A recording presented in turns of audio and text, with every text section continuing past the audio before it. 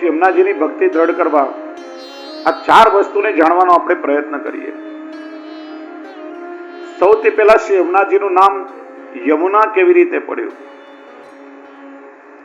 લૌકિકમાં નામકરણ કઈ રીતે થાય? બાળકનો જન્મ થાય, 6 દિવસે જ્યોતિષીઓ કુંડલી બનાવે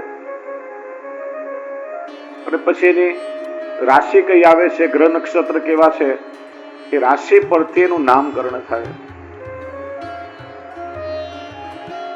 પણ ઘણી વાર નામને અને ગુણને કાંઈ લેવા દેવા હોતી નથી.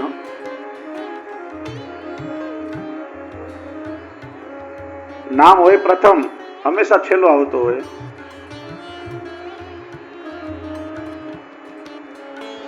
નામ હોય રથપાલ, જીવનભર ટાટિયા ઘસ્યા હોય, રથ કેવો જોયો જ ના હોય.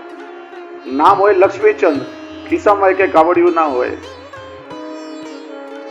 નામ હોય જ્ઞાન પ્રકાશ, પણ અંગૂઠા છાપતો હોય બિચારો. નામ કરતા વિપરીત ગુણો એનામાં હોય. ભગવત સ્વરૂપોના જે નામકરણ છે ને, ત્યાં ગ્રહ નક્ષત્ર રાશિ પરથી ના પડે.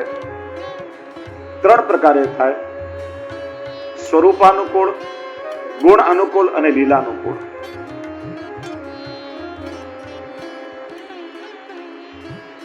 સ્વરૂપથી, ગુણ અનુકૂળ અને લીલાનુકૂળ, 3 પ્રકારે ભગવત સ્વરૂપોના નામકરણ થાય. બીજું, નામ પાડવાની એક જૂની પદ્ધતિ પ્રાચીન સમયમાં આપણે ત્યાં હતી. આપણી પેઢીઓમાં કોઈ વ્યક્તિએ બહુ મોટી ઉપલબ્ધિ કરી હોય ને, બહુ અતિ પ્રખ્યાત વ્યક્તિ થયો હોય, તો એના નામના પરિચયથી નામકરણ થાય. જેમ રઘુવંશ કહેવાયો, યદુવંશ કહેવાયો, વલ્લભ કુળ કહેવાયો. કુળ પરંપરાથી નામ થાય. અને બીજું, ઘરમાં કોઈ વડીલ વ્યક્તિ હોય,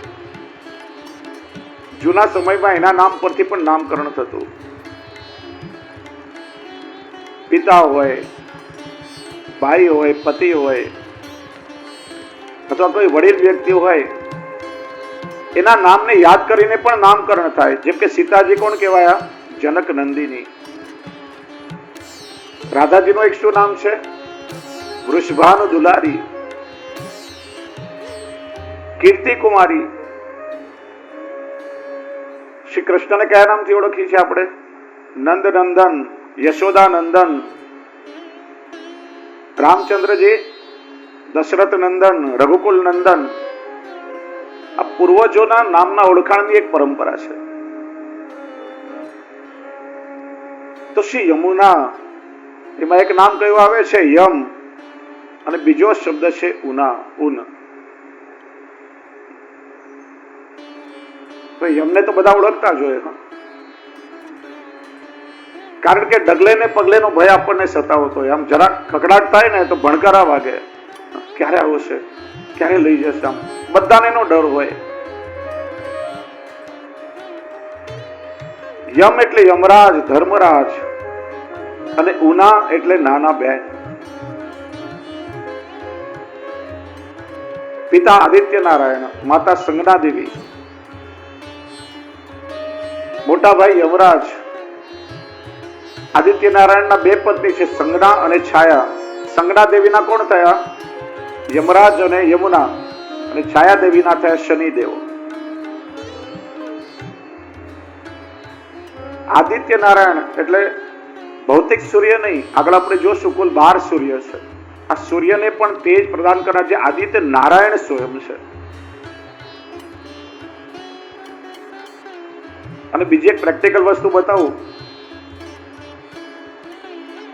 વધારે પડતું કોઈ વ્યક્તિ આખો દિવસ 24 કલાક તડકામાં રહેતો હોય કે ગરમ દેશમાં રહેતો હોય, જેમ આફ્રિકામાં લોકો રહેતા હોય, એના શરીરનો વાન કેવો હોય?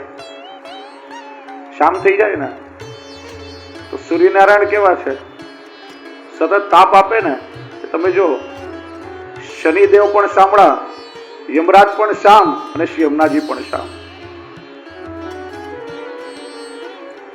કારણ કે સૂર્યના સંતાન છે. અને નાના બેન છે એટલે યમરાજાને પણ અત્યંત વાલા છે, એટલે નામ થયું યમુના. યમ એટલે જે નિયમમાં રાખે તે યમ, જે સૃષ્ટિનું નિયમન કરે, બધાને નિયમમાં રાખે, કંટ્રોલમાં રાખે. કારણ કે કોઈ પણ દેશમાં લો એન્ડ ઓર્ડર ના હોય તો પ્રજા જંગલી જેવી બની જાય, જેને મન ફાવે તેમ બધા કરવા લાગે. કોઈનો ભય તો હોવો જોઈએ ને, નિયમમાં રાખે તે યમ. યમનો ભય કોને લાગે?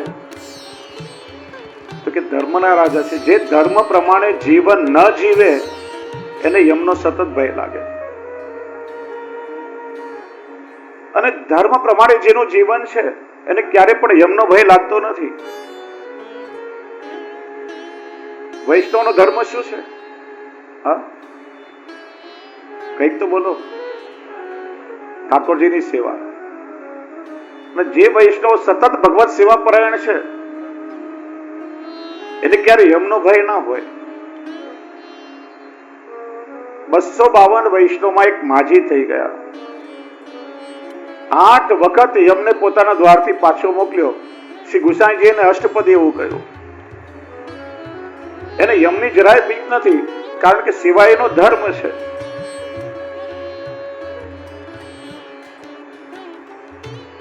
યમ દ્વાર પર લેવા આવ્યો,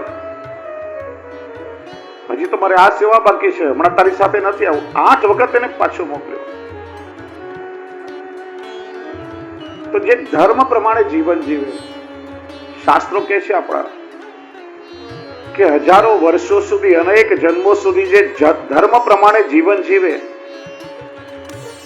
મર્યાદા માર્ગમાં જે અનેક સાધનો બતાવ્યા છે, અનેક પ્રકારના વ્રતો કરે, અનેક નિયમો પાળે, તીર્થ યાત્રાઓ કરે, યજ્ઞ કરે, દાન કરે, જપ કરે, તપ કરે, હજારો વર્ષો સુધી ધર્મનું આચરણ કરે ને ત્યારે એને ફળ સ્વરૂપે ભક્તિ મળે. આ ભક્તિ એમને નથી મળતી.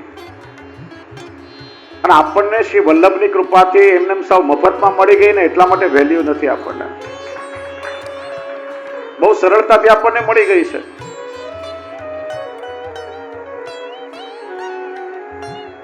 દરેક સસ્તી વસ્તુને નકામી ના માની લો.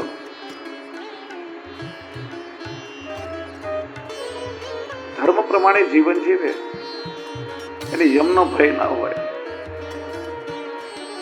તો યમ એ ધર્મના રાજા, અને શ્રી યમુનાજી એટલે સાક્ષાત ભક્તિ મહારાણીનું સ્વરૂપ. આ સગપણનું નામ થયું. બીજું યમુના નામની વ્યુત્પત્તિ સમજાવી. યમયતી રમયતી ઉપરેમે ઇતિ યમુના. શ્રી દ્વારકેજી ભાવભાવના વાળા કહે છે યમયતી જીવાન કૃષ્ણ સ્વમીપે ઉપરમયતી ઇતિ યમુના. લાલન બાબાએ આજ્ઞા કરી. યમ ધાતુ એટલે લઈ જવું. યમ એટલે લઈ જવું, ખેંચીને લાવવું. આપણા જેવા અનેક દોષોથી ભરેલા કલિયુગના જીવોને આપણો હાથ પકડી અને ઠાકોરજી સુધી પહોંચાડે છે. કૃષ્ણ સમીપે ઉપરમયતી. જેમ તોફાન મસ્તી કરતું નાનું બાળક હોય, મા એને ઉપાડીને પિતાના ખોળામાં બેસાડી દે. બાળક એને પિતાના ખોળામાં બેસાડે, એનું નામ માતા. તો શ્રી યમુનાજી શું કરે છે? જે જીવ પર કૃપા વિચારે એ જીવનો હાથ પકડી અને જીવને ઠાકોરજીના ચરણારવિંદ સુધી પહોંચાડી દે છે. આ ગુણનું નામ થયું. આ યમુનાજીના સામર્થ્યનું નામ છે. યમુનાજી એને પ્રભુને સોંપી દે છે. હે પ્રભુ, આપનો જીવ છે, આપને નિત્ય લીલાથી વિખૂટી પડેલી સખી છે. કોઈ દોષના કારણે અથવા આપે કદાચ કોઈ પ્રકારે વિપ્રયોગનું દાન આપ્યું એટલા માટે આપનાથી વિખૂટી પડી ના સખી આ ભૂતલ પર ગઈ છે. હજારો જન્મો સુધી એ જીવ લૌકિકમાં ભટક્યો છે. શ્રી વલ્લભ એના પર કૃપા કરી હવે એને બ્રહ્મ સમાન થયું છે. હવે આ જીવ આપનો થયો, આપ એના પર કૃપા કરો. જો લૌકિકમાં ઘણી વાર એવું થાય, બાળક એના પિતા પાસે બહુ જીદ કરે ને અને પિતા એની ઈચ્છા પૂરી ના કરે તો બાળક કોનો સહારો લે? માનો. કેમ કે મામાં પતિને વશ કરવાની આવડત હોય અને માં પછી પ્રેમથી પોતાના પતિ પાસે બાળકનું બધું કામ કરાવી દે, બાળકને દીકરાની ઈચ્છા પૂરી કરાવી દે.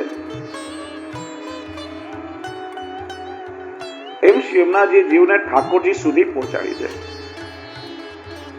અને એ જીવના અનેક મનોરથો ઠાકોરજી દ્વારા શ્રી યમુનાજી કૃપા કરીને સિદ્ધ કરાવી દે. એટલે યમ એટલે લાવવું, નજીક લાવવું. યમ એટલે લઈ જવું. યમુનાજી એમનું નામ કે આપણા જીવોનો હાથ પકડી ઠાકોરજીના ચરણારવિંદમાં સોંપી દે છે. આવી ઠાકોરજીની કૃપા શક્તિ, એમનું નામ છે શ્રી યમુનાજી. અને જીવ જયારે સ્નેહથી શ્રી યમુનાજીનું નામ લે, આપણે જયારે જયારે યમુનાજીનું નામ લઈએ, બે ગુણો શ્રી યમુનાજીને આપણે યાદ કરવાના. એક કૃપાનો ગુણ અને એક ભક્તિનો ગુણ.